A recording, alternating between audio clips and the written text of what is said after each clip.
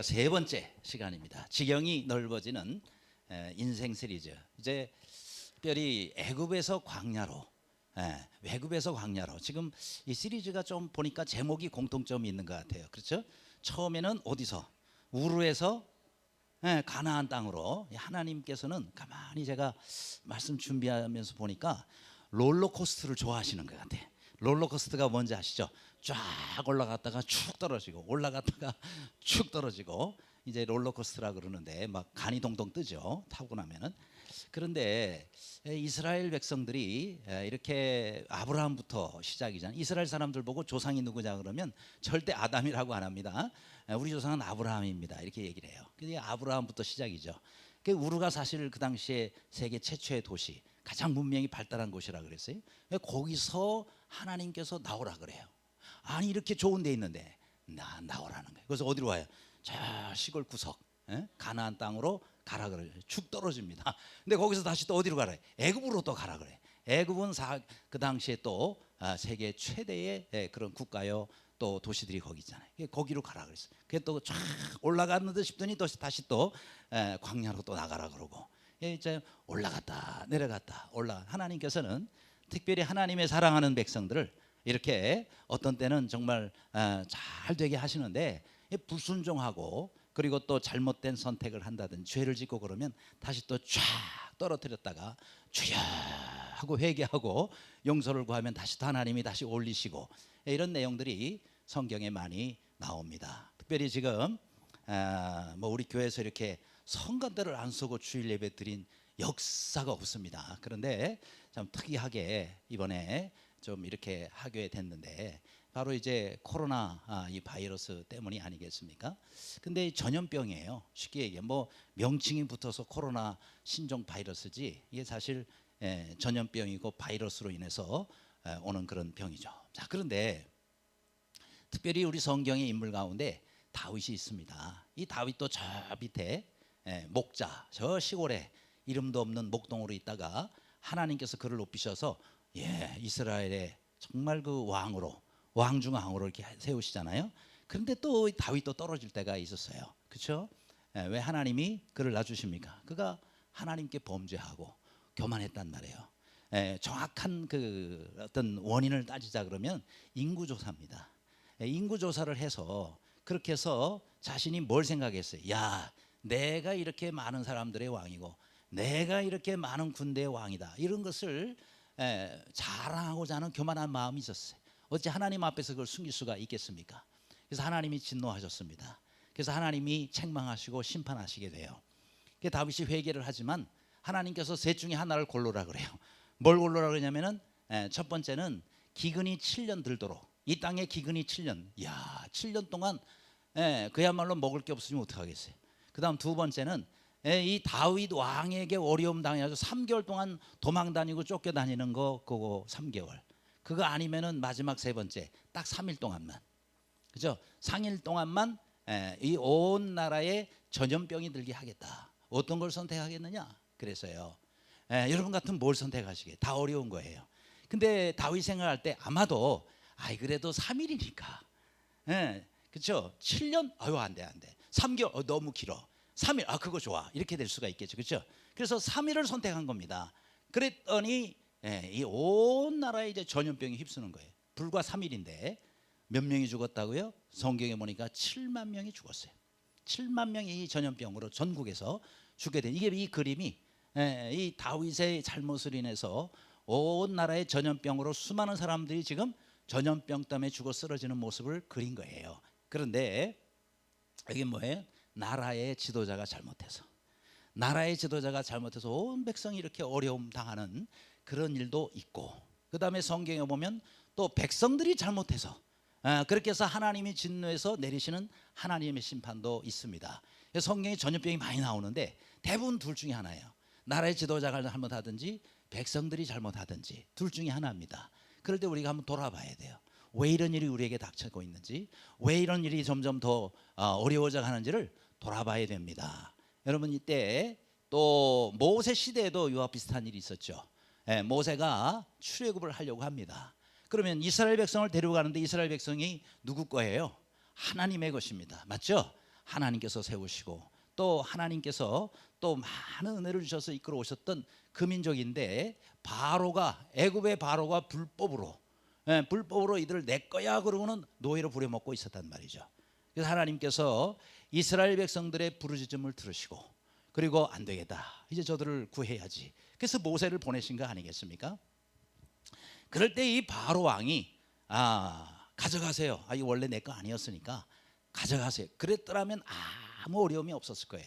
근데 끝까지 안 보낸다 그러고 또 보낸다 그러고 또 안 보낸다 그러고, 그러니까 하나님이 계속해서 이 애국과 바로 왕을 심판하십니다. 그게 바로 뭐예요? 출애굽기에 나오는 열재앙입니다. 열재앙. 근데 이 중에서 뭐가 있느냐면 짐승과 짐승 사이에 전염병이 서로 해가지고 짐승만 다 죽어나가요. 그래서 성경에 보면은 돌림병이라고 이렇게 표현이 되어 있습니다. 이게 바로 짐승과 짐승 사이의 전염병이, 사람에게는 감염이 안 돼요. 그런데 저 오른쪽에 5번째 또 뭐예요? 종기가 또 전부 돋아나는, 사람과 짐승의 종기가 돋아나는 악성 종기, 이런 것들이 또 저들 가운데 있습니다. 그럴 때마다 살려주세요.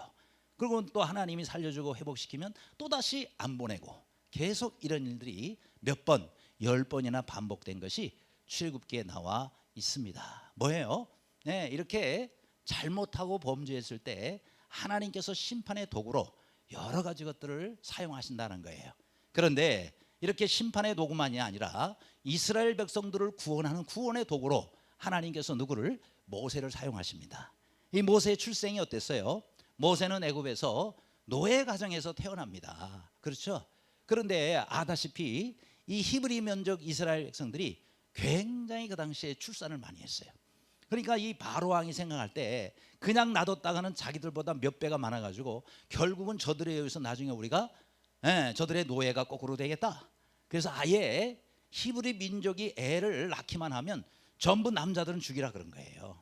그런데 모세 어머니 요게벳이 모세를 낳고 보니까 벌써 하나님께서 그런 감동을 주셨겠죠. 남다른 아이로 보이는 거예요. 그래서 이 아이를 죽이지를 못하고 어떻게 저렇게 갈대 상자를 만들어서 역청을 칠하면, 역청은 방수제죠, 그죠? 역청을 칠해가지고 하나님께 맡기고 띄워보냅니다. 이게 참 중요해요. 여러분, 부모는 자녀 문제를 하나님께 맡길 줄 알아야 돼요. 그렇죠? 어려워요. 자녀 교육 쉽지 않습니다. 정말 자녀 문제 우리 기도 많이 해야 되는데 어떻게 된다고요? 하나님께 맡겨야 돼요. 하나님께 맡기면 하나님이 이렇게 인도를 해주십니다. 그래서 목욕하러 나왔던 바로의 공주가 이렇게 나일강에 이렇게 갈대 사이에 걸려있던 이걸 발견하고, 그러고는 이름을 지어주죠. 모세라. 무슨 뜻이에요? 물에서 건져낸 자다, 이런 뜻의 이름을 지어주게 됩니다. 그래서 모세가 된 거예요. 그런데 하나님의 섭리는 놀랍죠. 이렇게 애굽 궁궐에서 당대 최고의 교육 장소에서 최고의 교육을 받으면서 하나님이 40년을 준비하세요. 따라합시다. 하나님은 준비시켜주는 분이시다. 그래요. 지금도 준비의 기간일 수가 있어요. 그래서 지금 여러분이 눈에 뭐 제대로 보이지 않고 손에 안 잡히고 귀에 안 들려도 아하, 하나님이 나를 지금 준비시키고 계시는구나, 그래 생각하고 잘 인내하고 하나님 앞에 준비되시는 모두가 되시기를 간절히 바랍니다. 이렇게 해서 이제 이 모세는 여기서 자라나서 나중에 광야에서 40년을 살고 하나님의 부르심으로 이제 이스라엘 백성들을 애굽에서 이끌어냅니다. 그렇죠? 그래서 어디로 가요? 광야로 가는 거예요. 자, 애굽 같은 곳에서 잘 살면 좋을 텐데 하나님께서는 다시 또 이들을 가나안 땅으로 보냅니다. 근데 가나안 땅으로 가기 전에 광야로 먼저 보내죠. 그렇죠? 우리가 생각할 때는 애굽과 광야는, 애굽은 뭐든지 있는 나라, 광야는 뭐든지 없는 곳, 이렇게 생각할 수 있죠. 그러나 그건 우리 사람의 시각이고 하나님의 관점에서 보면은 애굽은 세상 거예요. 그렇죠? 근데 광야에는 하나님의 것들로 가득 차 있습니다. 그렇죠? 또 애굽에 있으면 주인은 누구예요? 바로 왕입니다. 바로 왕이 이스라엘 백성 붙잡고 노예로 부려먹는 곳일 수밖에 없어요. 그런데 바로가 아니라 이스라엘 백성의 진정한 주인이, 왕은 누구예요? 하나님. 그렇죠? 광야에서의 왕은 모세가 아닙니다. 모세는 종일 뿐이에요. 그렇죠? 광야에서의 주인은 하나님이십니다. 그래서 온전히 하나님을 따르고 그리고 하나님으로 말미암아 하나님의 백성이 돼서 하나님의 복을 받도록 그렇게 하기 위해서 하나님께서 이스라엘 백성들을 광야로 인도하셨다. 그러니까 우리가 생각할 때는 애굽에서 광야로 그러면은 형편없이 어려워지고 못 살고 그리고 없는 곳으로 간 것이지만은 하나님이 보실 때는 그들에게 진정한 주인 하나님이신 것을 회복시켜 주시고 그리고 이 광야를 통해서 날마다 하나님의 은혜를 맛보잖아요. 날마다 하늘에서 만나가 내리고 또 고기가 먹고 싶다고 메추라기들을 보내어서 메추라기를 들게 하시고 그리고 바위에서 물이 나게 하시고 정말 하루하루가 하나님의 은혜로 날마다 살 수 있도록 이런 체험을 하면서 살 수 있도록 그렇게 하나님이 그들을 인도하셔서 정말 온 세계 가운데 가장 복된 축복의 모델인 이스라엘 민족을 만드시기 위해서 하나님이 그들을 애굽에서 광야로 인도하셨다는 겁니다. 사람의 눈으로만 보지 말고 하나님의 관점, 하나님의 눈으로 보면은요 우리가 볼 수 없는 하늘의 놀라운 것들을 봐요. 여러분 모세도 히브리서에 말씀하고 있잖아요. 뭐라고요? 이 히브리서에 모세는 많은 애굽에 있는 보아보다가 하나님의 백성과 함께 고난받기를 더 좋아했다는 거예요. 그게 더 즐거워서가 아니라 물론 힘들고 어렵지만은 하나님께서 애굽의 모든 보아보다 하나님 말씀을 순종해서 이스라엘 백성을 이끌고 가는 그것이 훨씬 더 큰 복이라는 것을 이 모세는 알았기 때문에 그래서 하나님 말씀에 순종해서 광야로 나갈 수가 있었던 겁니다. 오늘 눈으로만 우리가 사람의 눈으로만 판단하거나 생각하지 마시고 하나님께서 앞으로 우리에게 주실 것들을 바라보시기를 바랍니다. 이 땅에 그 어떤 것도 비교할 수 없는 놀라운 하늘 보화가 우리를 기다리고 있기에 하나님께서 어떤 때는 우리에게 광야라고 하라고 말씀하실 때가 있어요. 아니 하나님 뭐가 있다고 광야를 가라 그러십니까? 뭐 도대체 손에 잡히는 게 있고 뭐 보이는 게 있어야죠 라고 생각 안 가요? 그러면은 그 사람에게는 하나님께서 예비하신 하늘의 보화의 그 보따리를 그 사람에게는 하나님이 허락하시지 않는다. 모세가 이걸 통해서 하나님께 받은 놀라운 그런 상급은 우리가 상상할 수 없을 것입니다. 자 그렇다면 모세의 지경이 이와 같이 참으로 놀랍도록 그렇게 확장이 된 이 모세 과연 이는 어떤 신앙을 가진 사람이었기에 하나님께서 이에게 이렇게 귀한 것들을 주셨느냐. 첫 번째로 여러분 이 모세는 순종의 사람이었다는 거예요. 한번 따라 하실래요? 모세는 순종의 사람이었다. 4장 18절에 내가 애굽에 있는 내 형제들에게 돌아가서 그들이 아직 살아있는지 알아보려 하오니 나로 가게 하소서 그랬습니다. 자 이건 모세가 누구에게? 그의 장인 이드로에게 한 말입니다. 왜 장인에게 가서 얘기해요? 지금 그의 장인이 모세가 그야말로 오갈 데 없는 사람 아니었어요? 애굽에서 도망 나와가지고 그리고 광야를 헤매고 있을 때에 이 장인이 그를 거두었습니다. 먹여주죠, 입혀주죠, 그렇죠? 그 다음에 장가까지 보내주잖아요. 그 다음에 자녀들도 낳게 하고 그러면서 일거리를 줍니다. 양들을 치게 하고 그러면서 모세가 거기서 40년은 장인의 은혜를 받았으니 갈 때 그냥 가면 되겠어요? 그렇죠? 아무리 하나님이 부르신다고 말도 없이 그냥 가면 되냐 이 말이에요. 안 되죠. 그래서 장인에게 가가지고 하나님 나를 보내시니 나로 가게 하소서. 뭐에? 순종하겠다라는 마음을 가지고 있는 거예요. 하나님 말씀에 내가 순종하겠습니다 해서 이와 같이 장인 어른에게 말을 한 겁니다. 그 뒤에 말씀을 보세요. 7장 6절에 보면 모세와 아론이 여호와께서 자기들에게 명령하신 대로 행하였더라. 그렇죠? 이 말씀이 출애굽기에 계속 반복해서 나옵니다. 그렇죠? 그러니까 모세와 아론이 하나님의 명령대로 행하였더라. 그렇죠? 모세가 하나님의 명령대로 행하고 뭐 했다는 거예요? 계속 순종했다는 겁니다. 그렇죠? 그러니까 우리가 중요한 것은 뭐냐? 하나님의 명령이 내가 좋아하는 거냐 안 좋아하는 거냐, 내가 할 만한 거냐 하기 싫은 거냐, 이게 중요한 게 아니고 하나님의 명령이냐 아니냐 이게 중요한 거예요. 그렇죠? 아무쪼록 하나님이 명령하시고 하나님이 말씀하시면 온전히 순종하시기를 바랍니다.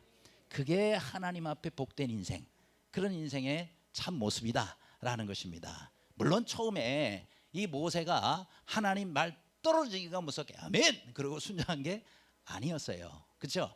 왜요?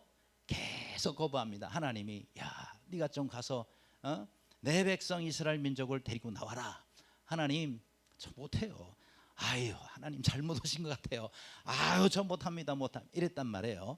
그래도 네가 가야 되지 않겠느냐. 가라. 그래도 뭐라 그래. 하나님 저 말 못하거든요. 말재주 말주변 없습니다. 저 입이 뻣뻣하고 혀가 둔한 사람입니다. 그래 그러면은 너 형 아론이 말 잘하지 않냐.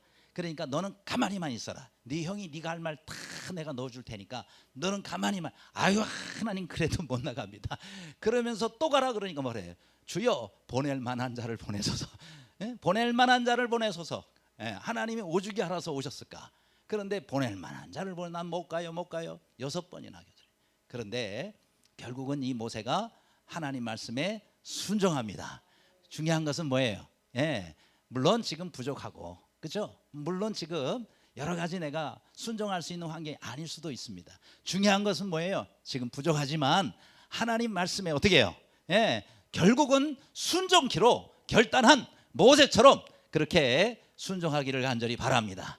그래요. 이렇게 바로 앞에 서서 이렇게 모세가 부족한 점이 많았지만은 그러나 어떻게 해요? 결국은 순종하기로 결단하는 거예요. 이게 참 중요합니다. 그렇죠? 어떤 사람 하겠습니다 그러고 끝까지 순종하는 사람도 있어요. 근데 반대가 되시기를 바랍니다. 물론 처음에도 할 수 있다고 말씀드리고 제가 해보겠습니다. 그 다음에 나중에도 순종하고 이러면 100점. 그죠? 근데 못하겠다 그러고는 나중에 하는 거 이거는 90점쯤은 돼요. 그러나 하겠습니다 그러고 못하겠는데 빵점. 그죠? 그러니까 우리가 90점 이상은 받아야 되지 않겠어요? 하나님 말씀하시면 여러분이 어렵고 힘들더라도 조금 늦더라도 모세처럼 순종하시기를 간절히 바랍니다. 그렇습니다. 따라합시다. 하나님 자녀는 순종하는 사람이 된다. 이 땅에 우리가 하나님의 은혜로 살아갑니다. 그러므로 하나님이 뭐라고 말씀하셨는지 아는 게 첫째 중요한 거예요. 나에게 뭘 원하시는가. 그걸 안 다음에는 그 다음에 어떻게 해요? 아멘. 순종하는 겁니다. 순종의 가장 확실한 표현이 뭐예요? 아멘입니다. 그렇죠? 그 말씀 들을 때도 먼저 아멘 해야 되는데 죽으라고 아멘 안 하는 분도 있죠. 그렇죠?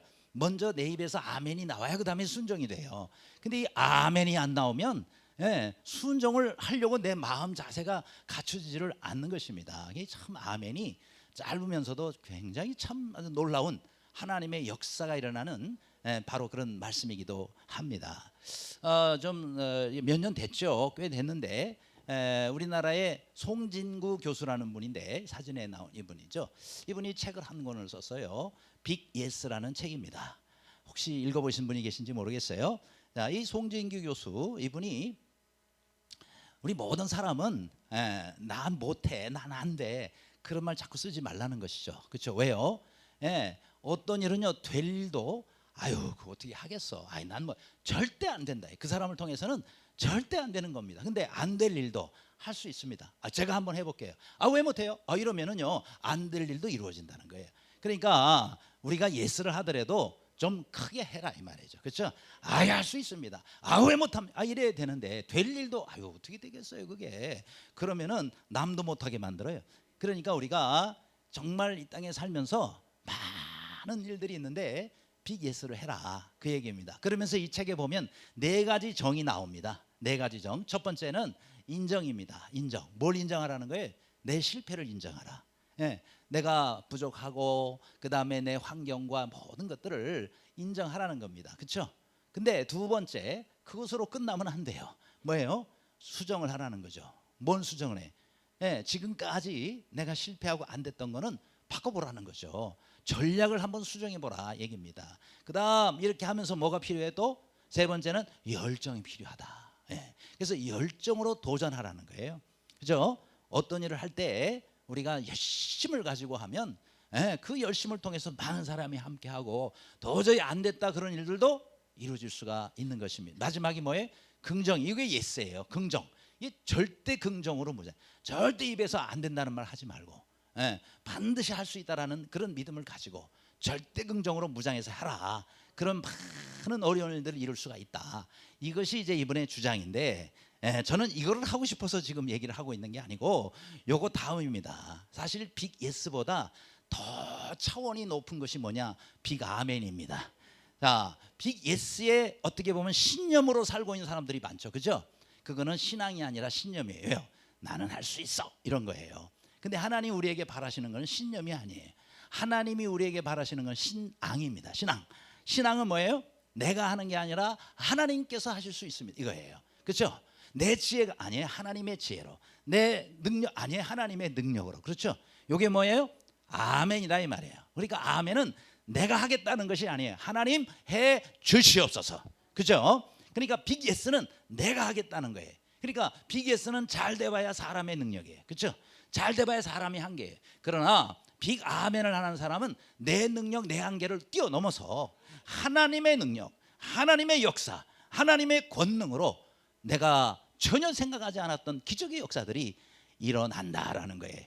그러므로 빅 예스를 잘하는 사람이라기보다 빅 아멘을 잘하시기를 바랍니다. 아멘을 잘하시는 사람, 그런 사람은 하나님의 역사를 하신단 말이에요. 그래서 우리 앞에 많은 장애물들이 있을지라도 우리 앞에 어려움과 또 내가 할 수 없는 일이 장애물이 놓여 있다 할지라도 아멘을 잘하시기를 바랍니다. 그러면 하나님께서 역사하세요. 그러면 된 거 아니겠어요? 그럴 때에 우리 하나님은 하나님이 어떠한 분이신지를 우리를 통해서 알려주신다. 그 다음 두 번째, 이 모세는 어떤 사람이에요? 기도의 사람이었다 그랬어요. 17장 4절에 모세가 여호와께 부르짖으되 내가 이 백성에게 어떻게 하리까? 라고 말씀하고 있습니다. 자, 지금 이것은 분명히 모세가 기도하고 있는 장면이죠. 근데 어떤 상황이냐? 우리가 오늘 읽은 본문 말씀에 르비딤이라는 이 광야에서 먹을 게 없는 거예요. 더군다나 중요한 건 마실 게 없어요. 여러분 지금 사람이 몇 명이에요? 1, 20명도 아닙니다. 여기에 지금 광야에 있는 사람이 최하 200만 명이에요. 장정만 60만 명이고요. 그 다음에 거기다가 여자와 어린아이까지 다 합치면 200만 명 정도는 좋게 되리라라고 학자들은 얘기합니다. 이 많은 사람이 마실 물이 없는 거예요. 얼마나 난리가 났을까요? 그렇죠? 우리 같으면 하루만 없어도 난리가 날 수 있는데 이스라엘 백성들이 말이죠, 마실 물이 없으니까 그러니까 막 난리를 칩니다. 그러면서 성경의 출애굽기 17장 2절에 뭐라고 얘기를 해요? 백성이 모세와 다투어 이르되 우리에게 물을 주어 마시게 하라. 그죠?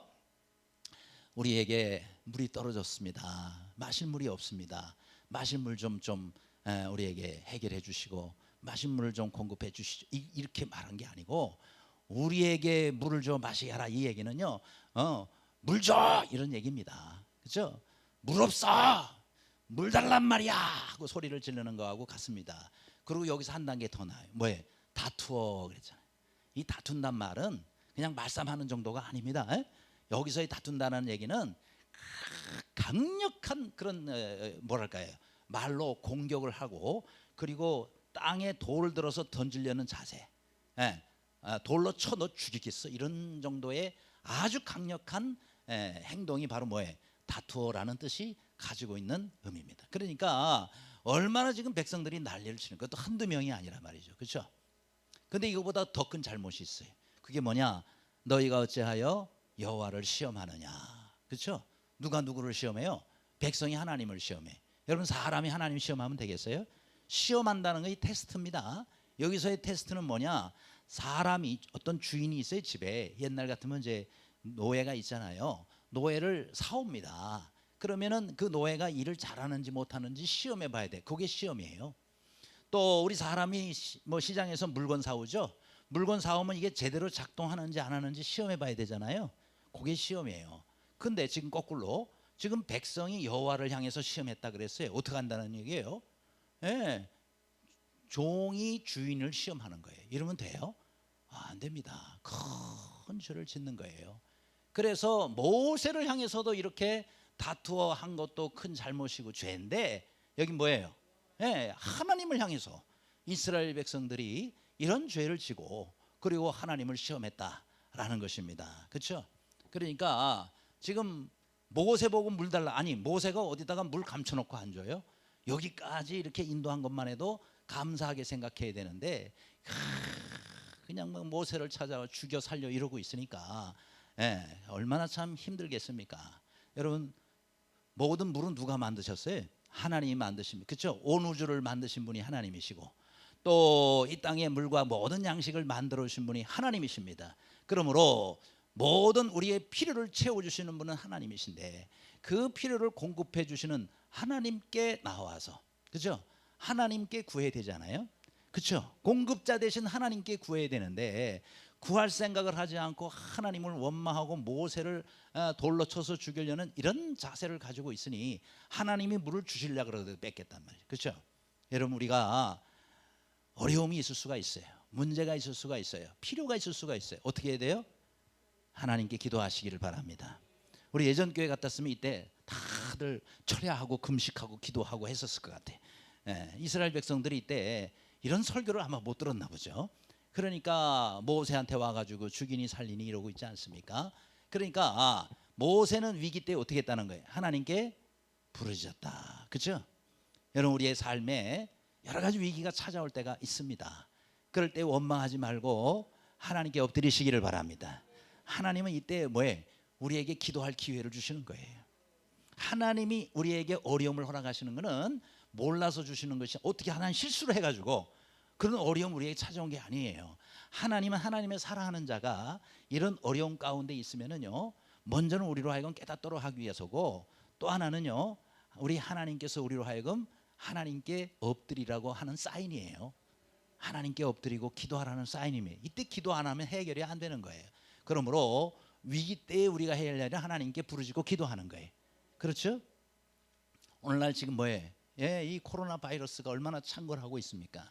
이때 우리가 해야 할 건 하나님 앞에 우리가 회개할 것이 없는지 돌아봐야 돼요. 그렇지 아니하면 여러분, 우리는 더 큰 어려움 가운데 빠질 수밖에 없어요. 성경에 많은 이런 전염병과 어려움 때에 이스라엘 백성들이 하나님 앞에 회개할 때 해결이 됩니다.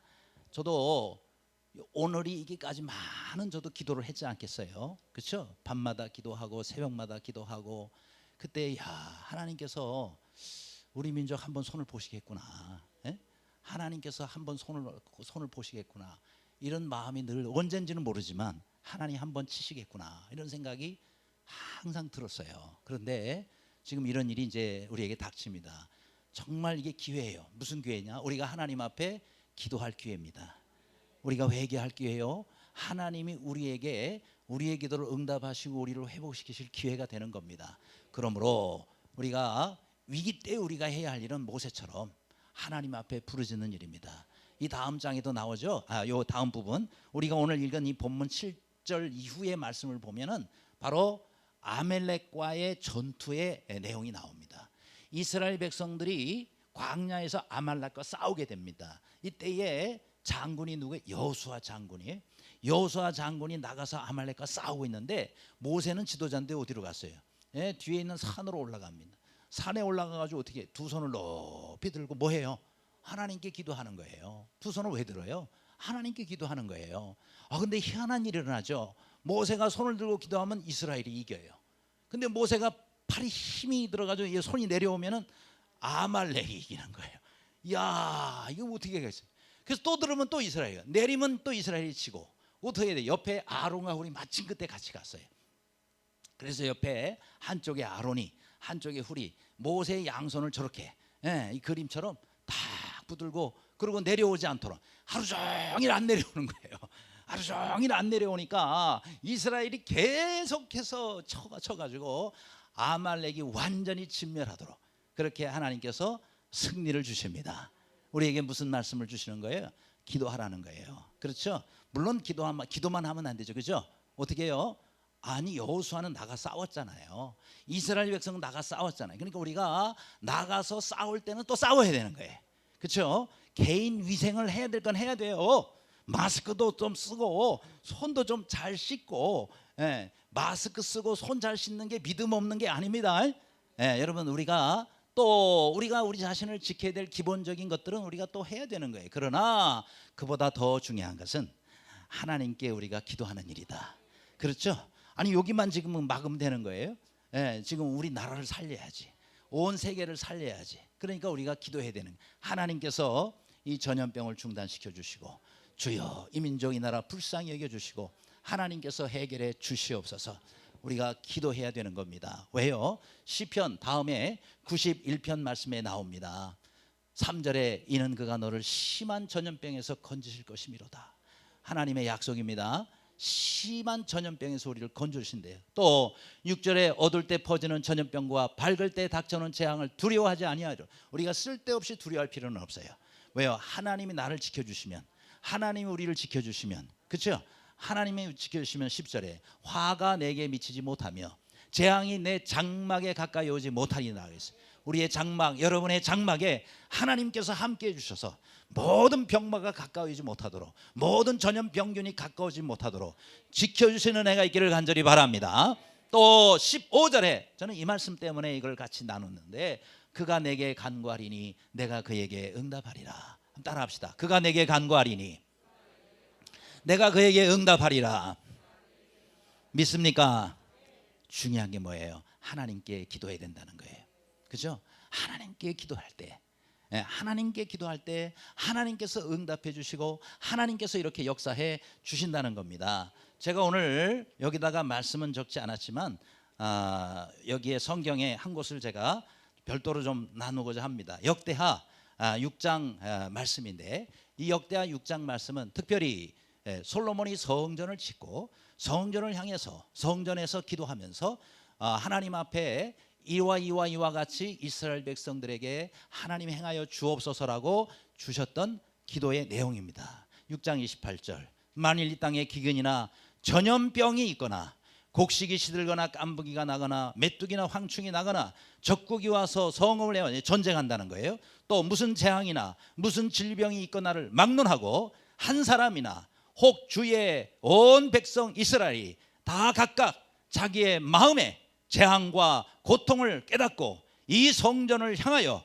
손을 펴고 무슨 기도나 무슨 간구를 하거든 주여 주께서 계신 곳 하늘에서 들어주시옵소서, 응답해 주시옵소서. 뭐예요? 하나님 앞에 기도할 때에 우리 하나님께서 우리의 이 모든 재앙이나 어려움, 질병, 전염병 이런 것들을 주여 해결해 주시옵소서. 여러분, 우리가 하나님 앞에 해야 할 일이 기도란 말이에요. 그렇죠? 결국은 하나님이 거두어 주셔야 돼. 하나님이 해결해 주셔야 돼요. 보이기를 합니까? 아니, 이 바이러스가 눈에 보이기를 하냐고요. 어떤 경우는 증상도 모르는 채로 나도 없고 다른 사람도 없고 이럴 수가 있기 때문에 우리가 해야 할 일은 하나님 앞에 기도하는 일이다. 아무쪼록 이렇게 이제 우리가 예배를 마치고 가 있는 동안에 여러분이 있는 처소에서 새벽에 일어나서 기도하고 밤에 자기 전에 기도하시면서 하나님께서 이 민족을 긍휼히 여기고 불쌍히 여겨달라고, 그러면 백신도 빨리 하나님께서 개발하게 해주시고, 그리고 속히 치료제가 나오고 또 이것이 싹 거두어져서 하나님 우리를 회복시켜 주시는 그런 은혜가 임할 줄로 믿습니다. 세 번째는 또 이 모세는 어떤 사람? 지혜의 사람이었습니다. 18장 24절에 이에 모세가 자기 장인의 말을 듣고 그 모든 말대로 하여 그랬습니다. 누구 말을 들었다고요? 장인의 말을 들었다. 자, 여기서 이게 무슨 내용이에요? 이제 모세가 광야 생활에 안정이 되었을 때, 그때에 장인 이드로가 모세를 찾아옵니다. 찾아올 때 혼자 온 것이 아니고 모세 아내 십보라죠. 모세 아내와 두 아들을 같이 데리고, 여러분 모세가 얼마나 자기 아내가 보고 싶고 얼마나 자기 아들들이 보고 싶었겠어요. 그래서 장인어른이 데리고 있던 그런 그 아내와 그 다음 두 아들을 데려옵니다. 그러면서 서로 포옹하면서 오랜만에 만난 회포를 풉니다. 이때 중요한 것이 뭐냐, 이 이드로가 모세와 함께 대화할 때에 모세가 그동안 하나님께서 우리 이스라엘 백성들을 향해서 어떤 역사들을 해주셨는지, 얼마나 간증할 게 많아요. 홍해 바다가 갈라지죠. 10가지 재앙이 있었죠. 기적으로 하나님께서 물들을 팍 솟아나오게, 이건 뭐 그야말로 밤새도록 해도 모자랄 간증이란 말이죠. 그죠? 그런 간증이 있어서 나중에 이드로가 원래는 하나님 안 믿었지만 이 간증을 듣고 마음 문을 열고 하나님을 찬양하게 됩니다. 하나님을 믿게 됩니다. 여러분, 우리도 이렇게 이웃들에게 교회 다니세요, 예수님 믿으세요, 이것도 좋지만은 간증을 준비하시길 바랍니다. 제가요 예수님을 믿고 보니까 이런 게 좋다고 이렇게 간증, 그래요, 나도 예수님을 좀 믿어볼까, 이러면서 마음문이 열리게 되는 겁니다. 그러니까 간증이 참 중요합니다. 그 다음 이 모세가 이제 그렇게 해서 그 다음 자고 그 다음 날 아침에 일어나서 하루 종일 일하는 거를 옆에 이드로가 관찰을 하고 옆에서 하루 종일 지켜봅니다. 아, 그랬더니 온갖 재판권을 다 가지고 말이야 너무너무 고생하는 거예요. 일도 많고. 그래서 한마디 하잖아요. 그렇죠? 자네 아니 왜 이렇게 일을 어렵게 하나. 그러지 말고 내 말을 좀 잘 들어보라고. 어떻게 해요? 천부장을 세우고 백부장, 십부장, 그다음에 50부장, 10부장 이렇게 세우라고. 그리고 웬만한 일들은 그 사람들이 다 하게 하고 그 사람들이 안 되고 못하는 거를 자네가 그거 맡아서 하면 얼마나 일이 쉽고 편하냐고. 아, 그렇군요. 그런 방법이 있었군요. 그렇죠? 여러분, 하나님께서 이렇게 택하신 귀한 사람도 주변에 있는 사람들의 말을 잘 들어야 되는 거예요. 그렇죠? 그 사람들의 지혜가 정말 하나님이 주신 지혜일 때가 있단 말이에요. 왜 하필이면 이때 이도를 보내셨을까요? 바로 이런 면에 모세를 돕도록 하기 위한 겁니다. 그러므로 여러분, 우리가 귀를 열어서 하나님께서 내 주위에 이렇게 있게 하신 분들의 그 소리를 잘 들어야 돼. 경청하는 게 필요합니다. 그렇죠? 거기서 하나님의 말씀도 들리고 거기서 지혜도 얻으며 또 거기에 놀라운 해결책이 있을 수 있습니다. 그렇기 때문에 귀를 닫지 말고 항상 귀를 열고 주위에서 가까운 배우자나 친구나 또 교회 멘토나 목회자나 또 많은 분들의 그런 얘기를 여러분이 잘 듣는 것이 참 중요합니다. 그래서 이런 하나님이 주신 사람들로 말미암아 여러분이 하나님께서 주신 그 귀한 일들을 잘 감당하고 은혜 가운데 사는 모두가 되시기를 간절히 바랍니다. 끝으로 이 모세는 온유의 사람이었습니다. 민수기 12장 3절에 이 사람 모세는 온유함이 지면에 모든 사람보다 더하더라 이렇게 말씀해요. 이게 어디서 나오는 말씀이에요? 이제 모세가 오랜 동안 이제 광야에서 혼자 지내다 보니까 너무너무 외로웠어요. 그래서 거기에 구스 여인을 아내로 맞이하게 됩니다. 근데 이 구스 여인이 이방 여인이잖아요. 그러니까 이방 여인이 들어오니까 이 미리암이 말이죠, 너무너무 거기에 대해서 반대를 하는 거예요. 나중에는 안 되니까 막 이제 비난합니다. 어떻게 하나님의 종이라는 사람이 이렇게 유대인이 아니라 이방 여인하고 결혼을 할 수가 있냐고. 이러면서 막 모세를 비방을 하고 공격을 합니다. 그렇죠? 그럴 때에 이 모세가 어떤 사람이에요? 온유한 사람이었다. 그렇죠? 얼마나 온유해요? 지면에 있는 모든 사람보다 더 뛰어난 온유함을 가졌습니다. 우리가 하나님을 믿는 사람은요, 이 온유함이 있어야 돼요. 그렇죠? 그냥 누구 말을 못해 막 송곳으로 찌르듯이 뭐 한마디만 하면 팍팍 찌르고 그러는 사람이 있을 수 있는데 여러분, 하나님을 잘 믿는 사람은 첫째 온유해야 됩니다. 그렇죠? 우리 성령님이 그러시잖아요. 성령님이 얼마나 온유하신 분이에요. 그렇죠? 우리가 좀 부족하고 실수하고 잘못해도 성령이 그때그때마다 막 치고 그냥 우리를 이렇게 하지 않습니다. 온유함으로 다 우리를 받으시고 용서하시고 그러시잖아요. 성령의 9가지 열매, 사랑, 희락, 화평, 인내, 자비, 양선, 충성, 온유, 절제. 그렇죠? 온유, 절제. 그러니까 이 온유함이 성령이 내 안에 내주하시고 다스리시는 사람들은 이런 온유한 성품이 다 나타나야 되는 겁니다. 그렇죠? 그래서 이 모세가 참 온유한 사람이었어요. 그 어디서 알 수 있느냐? 이렇게 미리암이 막 비방을 하니까 모세가 얼마나 사실 힘들었습니까? 뭐라고 비방했어요? 그 다음 하나님 말씀을 좀 보니까 민수기 12장 2절에 미리암이 말하는 거예요. 여호와께서 모세와만 말씀하셨느냐, 우리와도 말씀하지 아니하시. 무슨 얘기냐면 하나님께서 모세를 잘 도우라고, 모세도 선지자 역할로 하나님 말씀을 많이 말했지만 바로 이 미리암에게도 하나님이 바로 이 말씀을 이따금 보여주십니다. 그러니까 이 말을 듣고 자기도 이렇게 선지자처럼 하나님 말씀을 전하고 이랬단 말이에요. 그러니까 뭐라고 생각해요? 아니 모세와 하나님하고 얘기하는, 우리도 하나님 말씀 얼마든지 가지고 얘기하지 않는, 너만 선지자야 나도 선지자, 이제 이렇게 한 거나 마찬가지입니다. 그런데 바로 이어서 같은 2절이에요. 누가 이 말을 들으셨다고요? 여호와께서, 하나님이 이 말을 다 들으시는 겁니다. 그렇죠? 그래서 우리 민수기에 보면은 이런 말씀이네. 내 귀에 들린 대로 내가 역사하리라 그래요. 그러니까 우리가 말 조심해야 돼요. 그죠?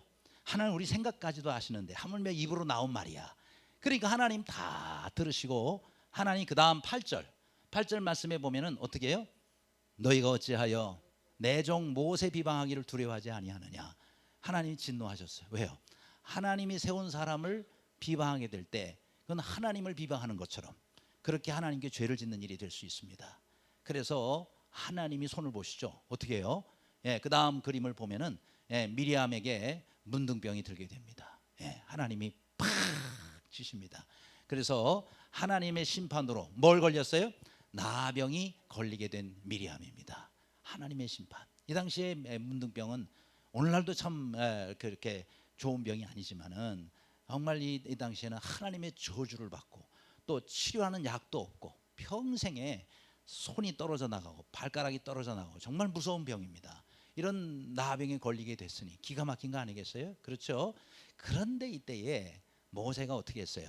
정말 참 온유한 성품으로 그 다음 그림을 보여주시면 이 모세의 온유함으로 어떻게 해요? 하나님 앞에 기도를 합니다.